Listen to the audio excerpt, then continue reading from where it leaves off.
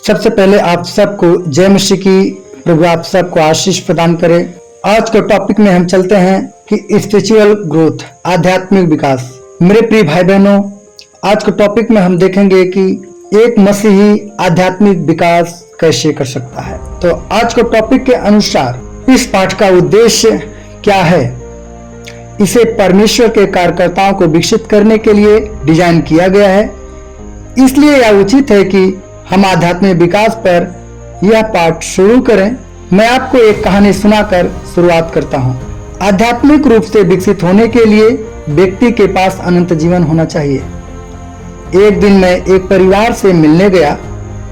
परिवार की 4 साल की बेटी अपनी गुड़िया के साथ मेरे पास आई और बोली, ओह मेरी गुड़िया को देखो, क्या वह अपनी नई पोशाक में सुंदर नहीं है? लेकिन कृपया मुझे बताओ, मेरी गुड़िया क्यों नहीं बढ़ रही है? मेरे छोटे भाई के जन्म से बहुत पहले ही मेरी गुड़िया मेरे पास थी। मेरा छोटा भाई अब बड़ा हो गया है और अब वह दौड़ रहा है, लेकिन मेरी गुड़िया बड़ी नहीं होती। वह अब भी वैसी ही है। निसंदेह इसका उत्तर यह है कि गुड़िया कभी भी विकसित नहीं होगी, क्योंकि उसमें जीवन नहीं है। उस छोटी लड़की के प्रश्न से परमेश्वर ने मुझसे बात करना शुरू किया। किसी चीज के बढ़ने के लिए सबसे पहले उसमें जीवन होना चाहिए, और किसी व्यक्ति के प्रभु में विकसित होने से पहले यह पहली आवश्यकता है, उसके पास अनंत जीवन होना चाहिए, जो कि यीशु का जीवन है। किसी को अनंत जीवन कैसे मिल सकता है? पहले यूहन्ना 5:11-12 में जब हम पढ़ते हैं, और यह गवाही है, परमेश्वर ने हमें अनंत जीवन दिया है और यह जीवन उसके पुत्र में है। जिसके पास पुत्र है उसी के पास जीवन है। जिसके पास परमेश्वर का पुत्र नहीं, उसके पास जीवन भी नहीं। मेरे प्रिय भाई बहनों, सबसे पहले मैं आपसे निवेदन करता हूं कि यदि यीशु मार्ग चैनल पर आप नए हैं तो कृपया इसे लाइक करें, सब्सक्राइब कर शेयर जरूर करें और धैर्य से इसे पूरा देखें, तभी आप परमेश्वर के वचन को सीख पाएंगे। यूहन्ना 5:11 कहता है, परमेश्वर ने हमें अनंत जीवन दिया है, हम यह शाश्वत जीवन कहाँ पा सकते हैं? वही आयत कहती है, यह जीवन उसके पास में है। हमारे पिता परमेश्वर ने अपने पुत्र यीशु को भेजकर हमें अनंत जीवन दिया है। हम इस अनंत जीवन को कैसे प्राप्त कर सकते हैं? परमेश्वर का वचन कहता है, जिसके पास पुत्र है वह जीवन है। जिसके पास परमेश्वर का पुत्र नहीं, उसमें जीवन भी नहीं। पहला यूहन्ना 5:12 में बहुत सरल और स्पष्ट लिखा है, यदि आप यीशु को प्राप्त करते हैं तो आप अनंत जीवन भी प्राप्त करते हैं, क्योंकि अनंत जीवन यीशु में है। तो मेरे भाई बहनों, 1 पॉइंट यहाँ पर है कि यीशु को कैसे प्राप्त करें। यीशु को प्राप्त करने के लिए हम क्या करें, इसके लिए चिंता करने की जरूरत नहीं है।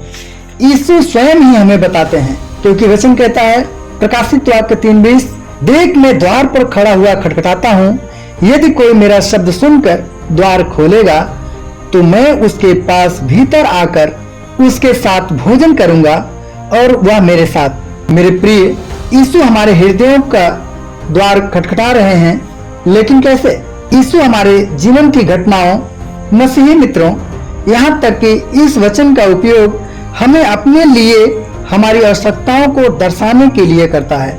आपकी प्रतिक्रिया क्या है? कमेंट बॉक्स में जरूर बताएं। क्या आप अपने हृदय का दरवाजा यीशु के लिए खोलेंगे? यदि आप ऐसा करते हैं तो यीशु कहते हैं, मैं उसमें आऊंगा। आप अपने हृदय का द्वार यीशु के लिए कैसे खोलते हैं?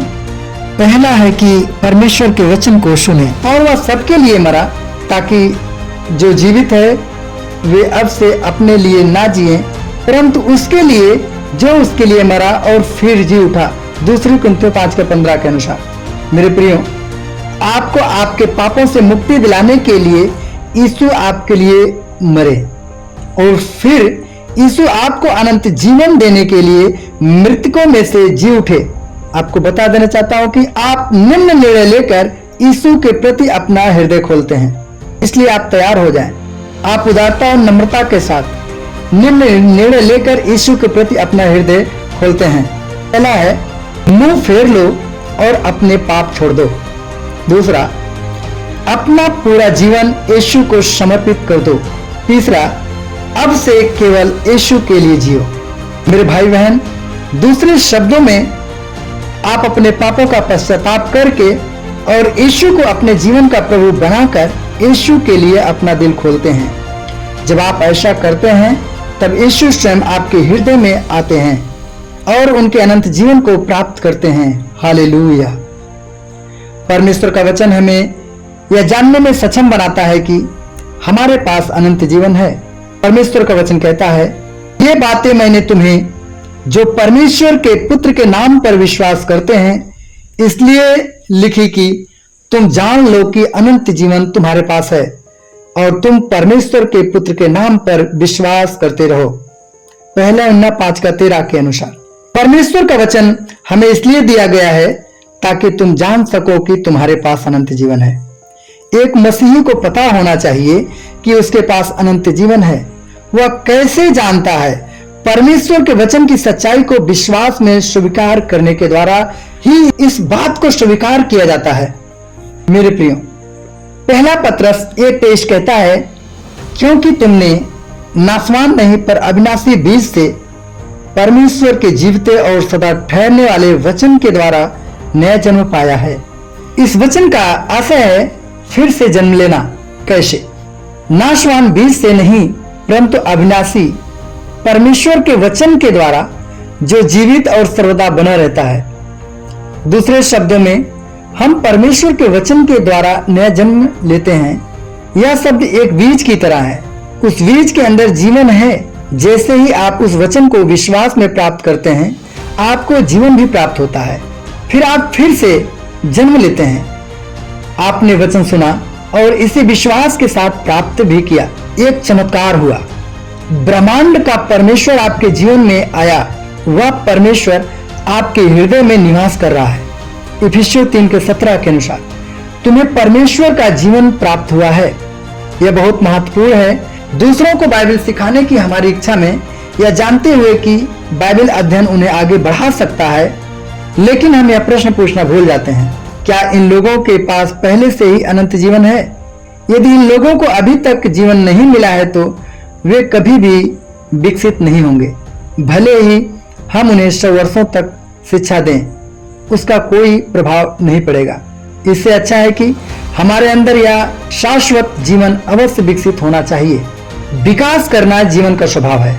मान लीजिए एक बच्चा 20 इंच का पैदा हुआ है, 5 साल बाद भी वह 20 इंच का ही है, तो कुछ गलत होना ही चाहिए, क्योंकि जीवन का स्वभाव विकास करना है। आध्यात्मिक क्षेत्र में भी यही सच है। जब हम आध्यात्मिक या अनंत जीवन प्राप्त करते हैं तो वह जीवन हमारे भीतर विकसित होना चाहिए। उस जीवन के विकास के लिए क्या आवश्यक है? मेरे प्रिय, दूसरी पॉइंट है दफन रहना। मेरे प्रिय, समर्पित रहना, दफन रहना, यानी कि परमेश्वर के अंदर अपने आप को गाड़ देना। इस जीवन के विकास के लिए पहली आवश्यकता यूहन्ना 12:24 में पाई जाती है। यीशु कह रहे हैं, मैं तुमसे सच सच कहता हूं कि जब तक गेहूं का दाना भूमि में गिरकर मर नहीं जाता वह अकेला ही रहता है, परंतु यदि वह मर जाता है तो बहुत अन्न उत्पन्न करता है। बीज के एक दाने का चित्र देखें। आइए मान लें एक चावल का बीज। चावल के बीज के अंदर जीवन है, लेकिन यह जीवन बहुत कठोर भूसी से ढका हुआ है। जब तक वह बीज किसी कठोर बाहरी आवरण या आवरण से बंधा है, तब तक उसके अंदर का जीवन दिखाई नहीं देता। यीशु नहीं चाहते हैं कि ऐसा हो। उनका कहना है कि इस बीज को प्रकट होना चाहिए, बहुत फल देना चाहिए, अतः इसे भूमि में गाड़ देना चाहिए। मान लीजिए मैं वह बीज हूं, मेरे अंदर मसीह का जीवन है। अब यीशु मुझे जमीन में गाड़ रहे हैं। अब जब मुझे दफनाया गया है तो मैं मर चुका हूं, और देखो कुछ समय बाद जमीन से कुछ निकल रहा है। जो बीज मर गया वह जीवन प्रकट कर रहा है और बढ़ रहा है। हालेलुया। यीशु हमें क्या बताना चाह रहे हैं? हमें परमेश्वर का जीवन प्राप्त हुआ है, वह जीवन हमारे अंदर है, परंतु हमारे पास यह खजाना मिट्टी के बर्तनों में है। जैसा कि दूसरी कुरिन्थियों 4:7 के अनुसार। परंतु हमारे पास वह धन मिट्टी के बर्तनों में रखा है कि वह असीम सामर्थ हमारी ओर से नहीं वरन परमेश्वर की ओर से ठहरे। मेरे प्रिय भाई बहन, हमारे अंदर वह खजाना जीवन है, लेकिन उस जीवन को देखा नहीं जा सकता। तो परमेश्वर क्या करने जा रहा है? वह हमें बहुत गहरी समस्याओं, परीक्षाओं और उत्पीड़नों में दबने देगा।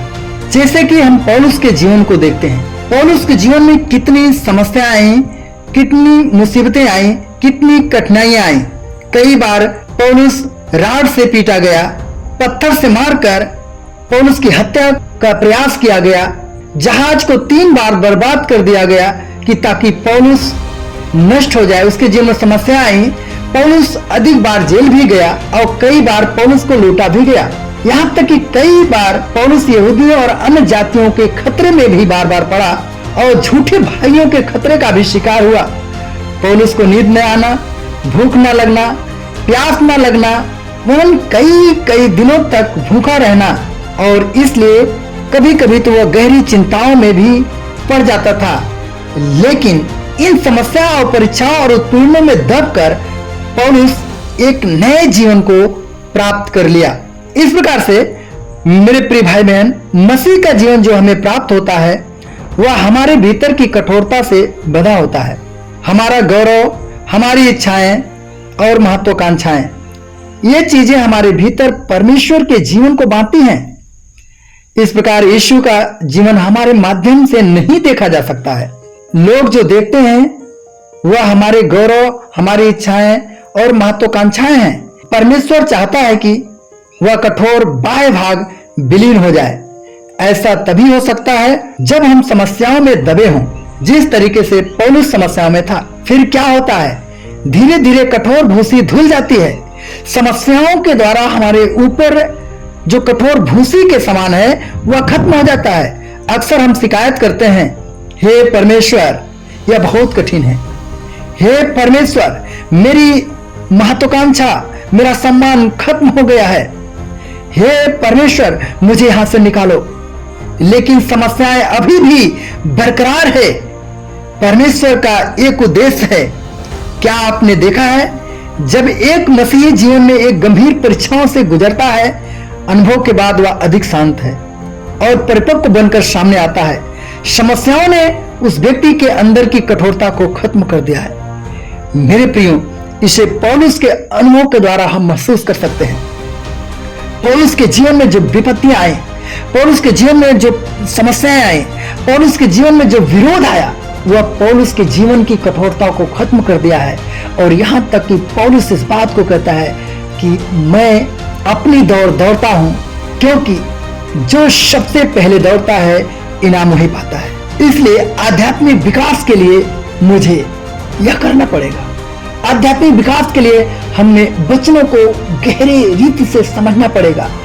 इसलिए मेरे प्रिय भाई बहन, कठिन परिस्थितियां, समस्या आने पर हम घबराएं नहीं, वरन हिम्मत से उसका सामना करें, क्योंकि मसीह हमें नया करेगा और नए बीज की नाई मसीह भी हमारे हृदय में दिखने लगेगा और हमें अनंत जीवन प्राप्त होगा।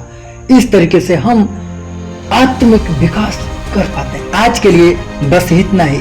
फिर मिलते हैं अगली वीडियो में। आप सबको जय मसीह।